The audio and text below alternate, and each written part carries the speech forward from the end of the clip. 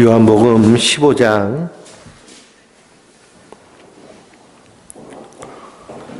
1절부터 12절까지 한 절씩 교독하면서 읽겠습니다. 나는 참 포도나무요 내 아버지는 농부라. 무릇 내게 붙어 있어 열매를 맺지 아니하는 가지는 아버지께서 그것을 제거해 버리시고 무릇 열매를 맺는 가지는 더 열매를 맺게 하려 그것을 깨끗하게 하시느니라. 너희는 내가 일러준 말로 이미 깨끗하여졌으니 내 안에 거하라. 나도 너희 안에 거하리라. 가지가 포도나무에 붙어 있지 아니하면 스스로 열매를 맺을 수 없음 같이 너희도 내 안에 있지 아니하면 그러하리라. 나는 포도나무요 너희는 가지라. 그가 내 안에 내가 그 안에 거하면 사람이 열매를 많이 맺나니 나를 떠나서 너희가 아무것도 할 수 없음이니라. 사람이 내 안에 거하지 아니하면 가지처럼 밖에 버려져 마르나니 사람들이 그것을 모아다가 불에 던져 사르느니라.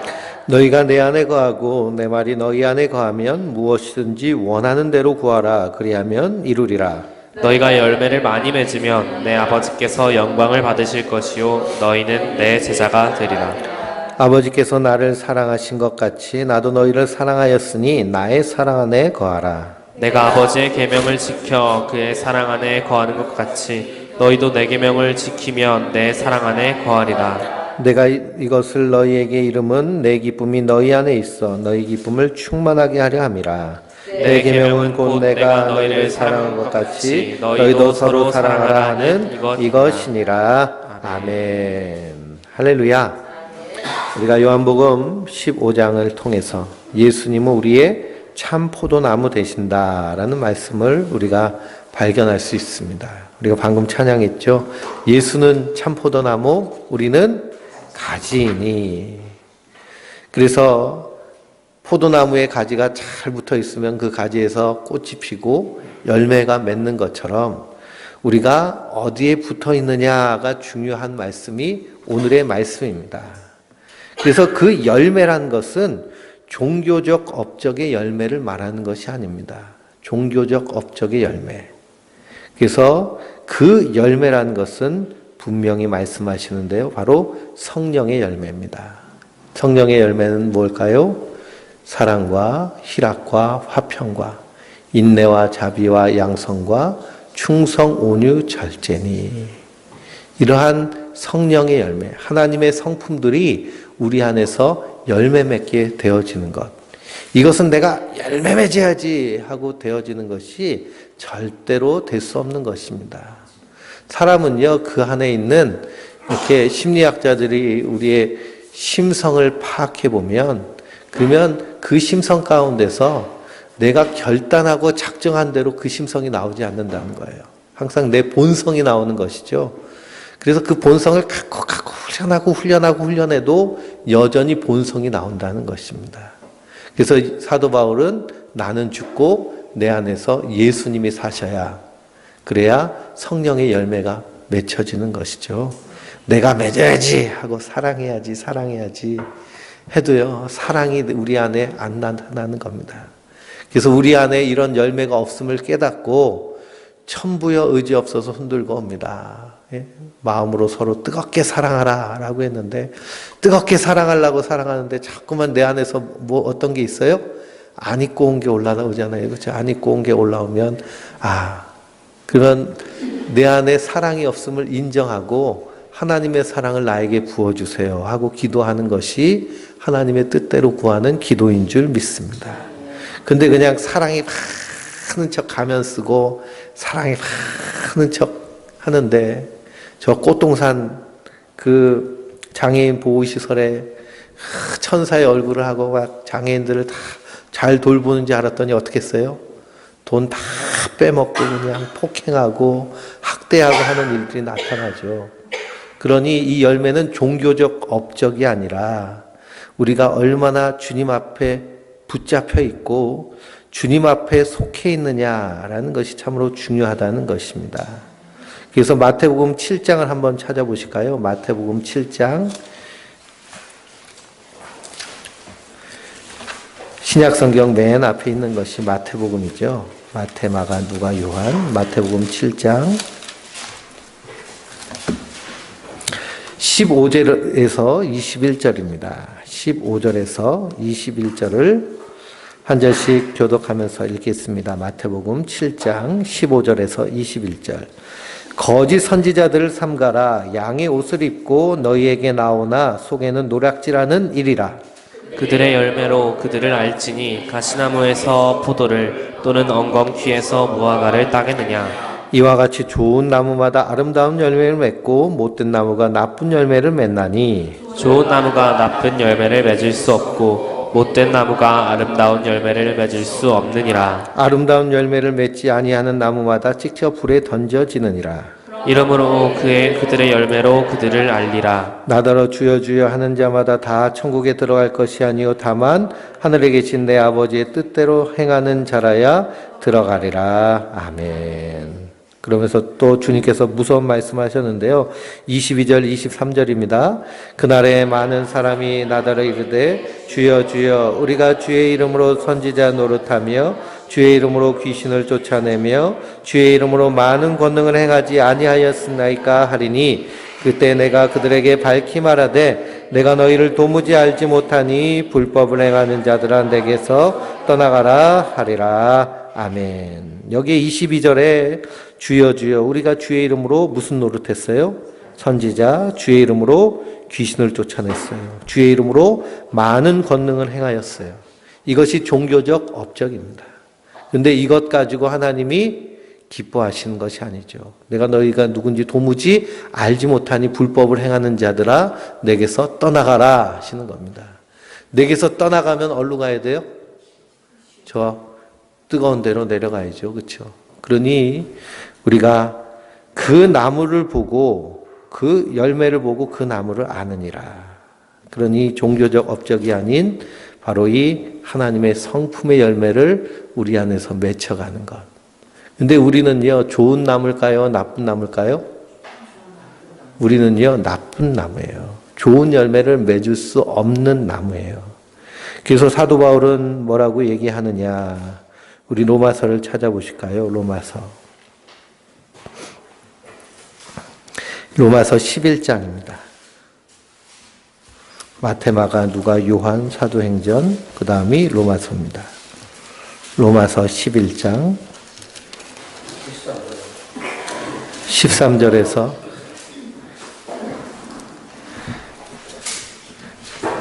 돋보기를 쓰셔야 돼요. 저는 눈이 원시라서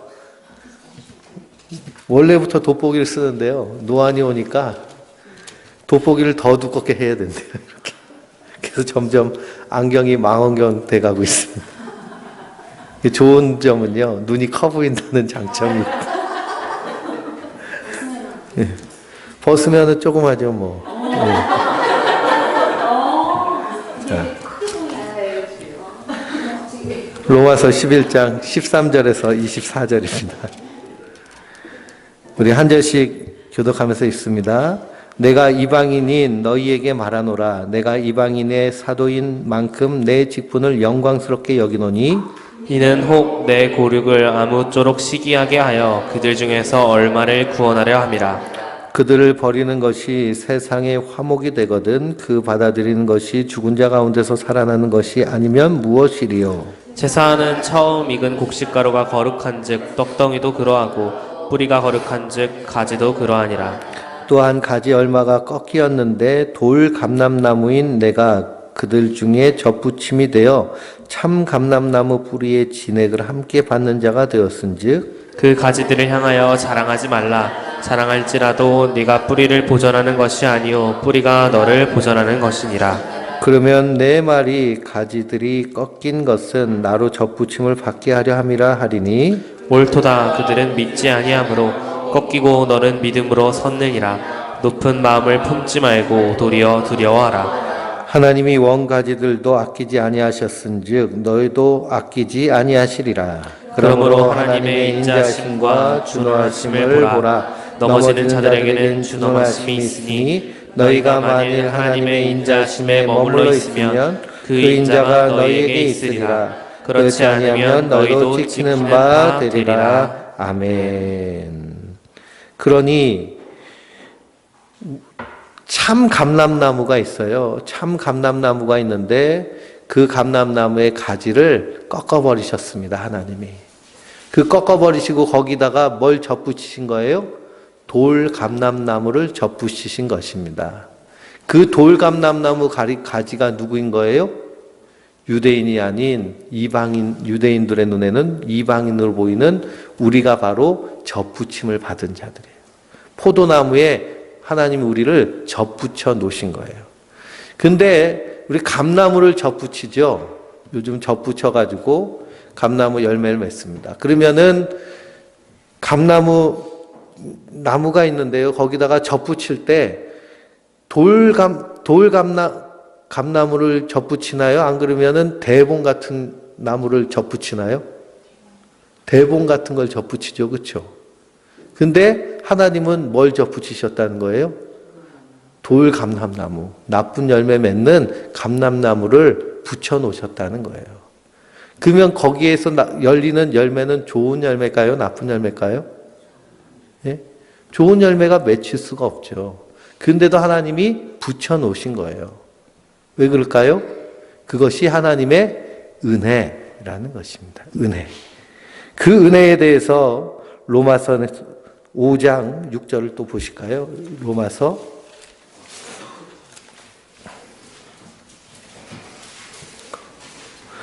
5장 6절부터 11절까지입니다. 같이 읽어보겠습니다. 우리가 아직 연약하였을 때 기약대로 그리스도께서 경건하지 않은 자를 위하여 죽으셨도다. 의인을 위하여 죽는 자가 쉽지 않고 선인을 위하여 용감히 죽는 자가 혹 있거니와 우리가 아직 죄인 되었을 때에 그리스도께서 우리를 위하여 죽으심으로 하나님께서 우리에 대한 자기 사랑을 확정하셨느니라. 그러면 이제 우리가 그의 피로 말미암아 의롭다 하심을 받았으니 더욱 그로 말미암아 진노하심에서 구원을 받을 것이니 곧 우리가 원수 되었을 때 그의 아들의 죽으심으로 말미암아 하나님과 화목하게 되었은즉 화목하게 된 자로서 더욱 그의 살아나심으로 말미암아 구원을 받을 것이니라. 그뿐 아니라 이제 우리로 화목하게 하신 우리 주 예수 그리스도로 말미암아 하나님 안에서 또한 즐거워하니라. 아멘. 우리가 아직 죄인 되었을 때, 우리가 아직 원수 되었을 때에 예수님께서 십자가에 달려 죽으셔서 우리를 구원하셨다는 겁니다. 이로써 하나님의 사랑을 보이신 거예요. 우리는 돌감람나무인데 참 감람나무에 접붙임을 받았어요. 그런데도 열매는 어떤 열매가 나와요? 좋은 열매가 맺을 수가 없습니다. 그러니 우리가 맺는 그 열매를 가지고 자랑할 수 있어요? 없어요? 자랑할 게 하나도 없습니다. 온전히 뭐로 된 거예요? 하나님의 은혜로 된 것입니다. 그래서 나의 나 된 것은 하나님의 은혜로 된 것이다. 그래서 그 하나님의 은혜, 그 사랑을 감사하며 어떻게 해서든지 나는 연약하지만 왜 나는 열매가 이런 것뿐이 안 맺히나 라고 깨달아지지만 그래도 그 예수님만 굳게 붙잡고 그리고 그 예수님의 은혜, 사랑만 감사하며 주님, 천부여 의지 없어 손들고 옵니다. 나는 이렇게 열매도 맺지 못하지만 주님께서 나를 붙여주셔서 감사합니다 하며 감사하며 찬양하며 이 땅에서 어떻게 해서든지 그 하나님의 사랑을 내 안에서 이루어가려고 항상 주님을 의지하고 기도하고 바라보는 그 모습이 바로 참 포도나무 대신 그리스도에게서 붙어있는 모습인 줄 믿습니다. 그러니 어떤 사람은 나는 그래 주님께서 나를 붙여주셨으니 난 마음대로 살아도 붙어있어 막 그것은요 하나님의 은혜를 모르는 것입니다. 정말 하나님의 은혜를 알면요 그 은혜에 감사하고 감격해서 나는 아무것도 아닙니다 하는 모습으로 나아가는 것 그 안에서 하나님 우리 안에 열매 맺게 하여 주시는 것이죠. 이것이 신앙생활입니다. 그래서 누구든지 나를 따라오려거든 자기를 부인하고 자기를 부인한다는 것은 뭐예요? 나는 없다라는 겁니다. 나는 아무것도 아닙니다. 나는 아무것도 아니에요. 그러니 나는 아무것도 아닙니다 하는 그 마음 가운데 하나님께서 하나님의 일을 이루시는 줄 믿습니다. 그러니 우리 입술에서 자랑할 것이요 하나님의 은혜입니다 라고 자랑하면 됩니다. 딴 거 뭐 말할 게 뭐가 있나요? 저도 개척해서 1년이 지나니까 이렇게 우리 성도님들도 계시고, 어떤 교회는 개척을 했는데 10년이 넘도록 그냥 부부가 둘이 단솔하게 예배 드리는 그런 교회도 있더라고요. 그러니 어떻게 해서 이렇게 1년뿐이 안 됐는데 이렇게 성장했냐고 막 이렇게 물어보고 궁금해하면 뭐 할 말이 있나요? 하나님의 은혜입니다. 하나님이 이렇게 인도해 주셨습니다 라고 말할 수밖에 없는 것입니다. 또 그렇게 얘기해야 됩니다. 내가 뭐 훌륭해서 내가 뭘 해가지고 착해서 착했다고 그렇게 말할 것이요 하나도 없는 것이, 왜 그러냐? 하나님의 은혜로 된 것이기 때문입니다. 그래서 곡식은 익으면 익을수록 고개를 바짝 숙이죠. 바짝 숙입니다. 그런 것처럼 하나님의 사람은 하나님의 은혜가 크면 클수록 그 은혜에 감사하며 나는 없고 내 안에서 예수님이 드러나는 모습, 이것이 바로 주님, 포도나무 되신 주님 가운데 꼭 붙잡혀 있는 모습입니다. 그 안에서 나타나는 열매는요 사랑이죠. 사랑. 가장 큰 계명은 사랑입니다. 어떻게 해서든지 하나님의 사랑이 우리 안에서 나타나는 것입니다. 그래서 그 사랑을 보고 세상 사람들이 저 사람 예수 믿는 사람이네 라고 그 예수님의 이름이 영광받게 되는 줄 믿습니다. 근데 요즘은요 예수 믿는다고 오히려 더 손가락질 당하고 그리고 미움받는 세상 가운데 살고 있습니다. 왜 그럴까요? 이 계명을 잃어버렸기 때문입니다.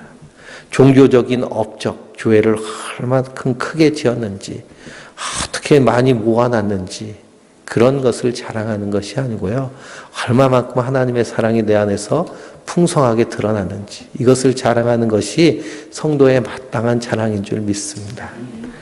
우리 계속해서 읽겠습니다. 13절부터 끝까지 한 절씩 교독하면서 읽겠습니다. 요한복음 15장. 사람이 친구를 위하여 자기 목숨을 버리면 이보다 더 큰 사랑이 없나니 너희는 내가 명하는 대로 행하면 곧 나의 친구라. 이제부터 너희를 종이라 하지 아니하리니 종은 주인이 하는 것을 알지 못함이라. 너희를 친구라 하였노니 내가 내 아버지께 들은 것을 다 너희에게 알게 하였음이라.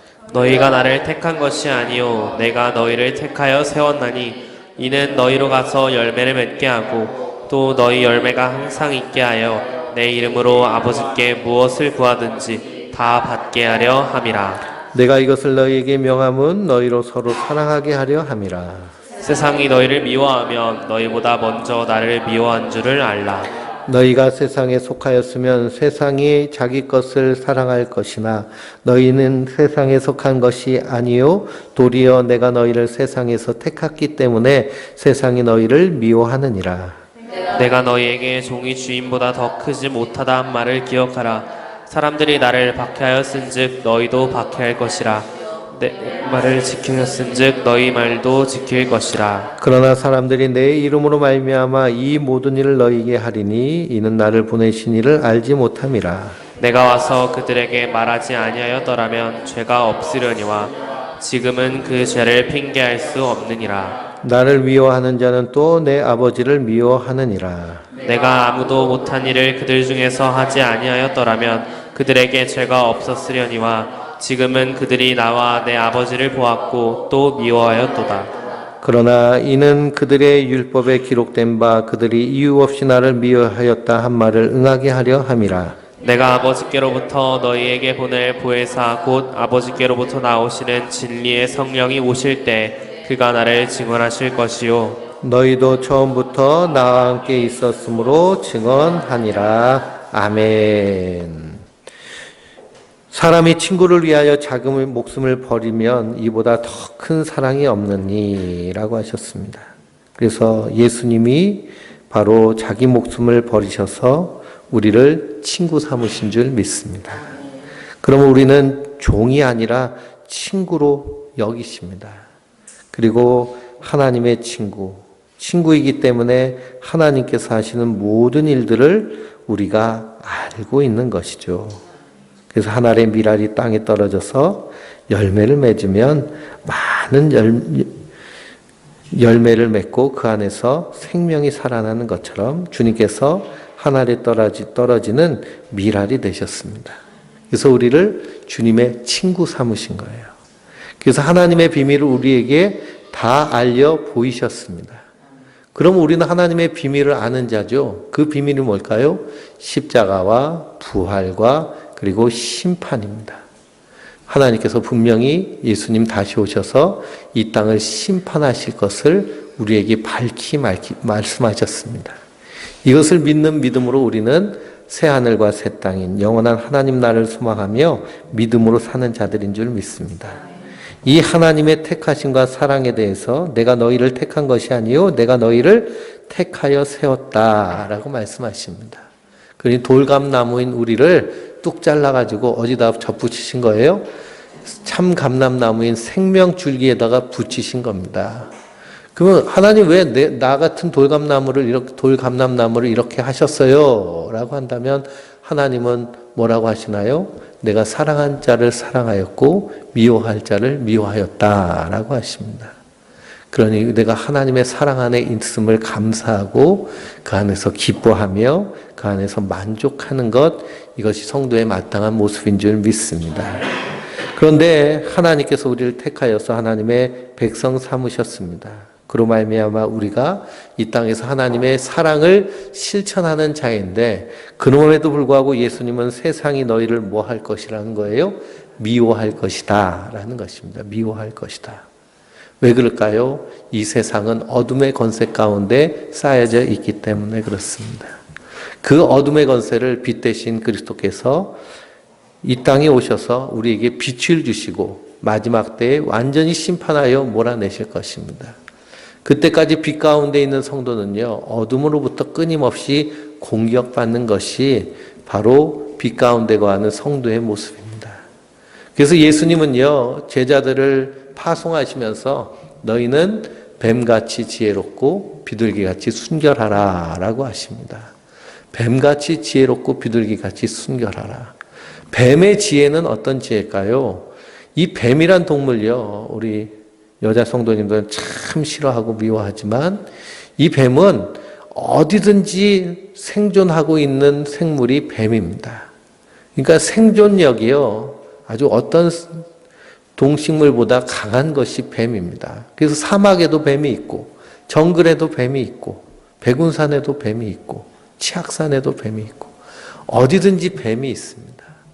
그래서 사막에 사는 뱀은요, 사막에 사는 뱀은 물이 없는데도 생존을 합니다. 어떻게 생존하느냐, 그 동물의 왕국을 보니까요, 이 바위 밑에 꽈리를 틀고요, 밤새 있으면 자기 몸에 이슬이 맺힙니다. 그러면 그 이슬을 먹고 사는 거예요.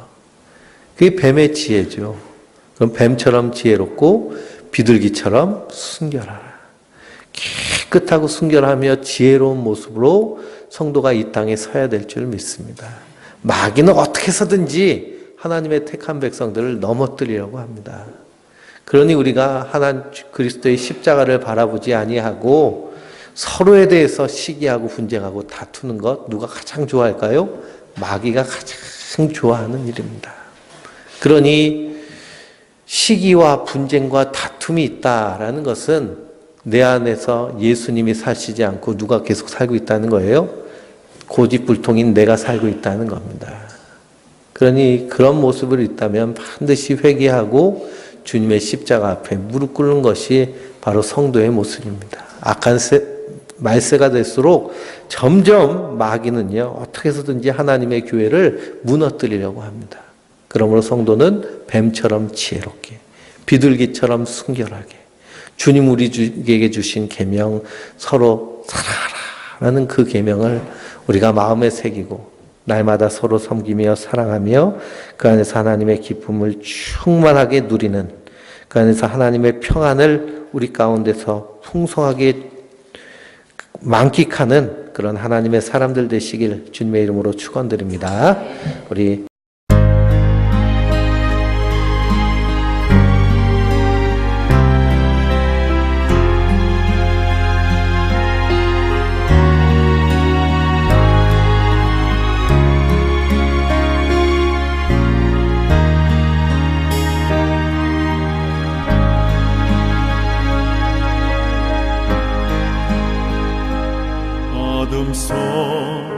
헤매이던 내 영혼 갈 길 몰라 방황할 때에 주의 십자가 영광의 그 빛이 나를 향해 비추어 주셨네. 주홍빛보다 더 붉은 내 죄 그리스도의 피로 씻기어